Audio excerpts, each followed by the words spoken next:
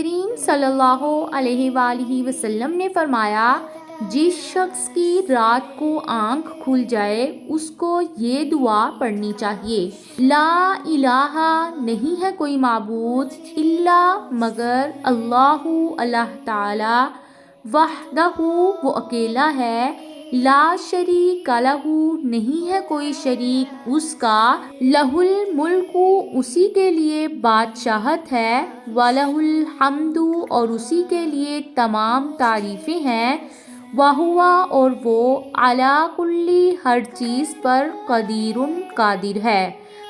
الحمدللہ تمام تعریفیں اللہ ہی کے لیے ہیں، وسبحان اللہ اور اللہ تعالیٰ پاک ہیں، ولا الہ اور نہیں ہے کوئی معبود الا مگر اللہ، اللہ تعالیٰ، واللہ اور اللہ تعالیٰ اکبر بہت بڑے ہیں، ولا حول اور نہیں ہے کوئی طاقت، ولا قوت اور نہ ہی کوئی قوت، الا مگر باللہ اللہ تعالیٰ کی۔ پھر اس کے بعد اگر یہ دعا پڑھ لے، اللہم اغفر لی، اے اللہ میری مغفرت فرما، یا کوئی بھی دعا کر لے تو اللہ تعالیٰ اس کی دعا کو ضرور قبول کرتے ہیں، اور اگر وہ وضو کر لے اور نماز پڑھ لے تو اس کی نماز بھی قبول ہو جاتی ہے۔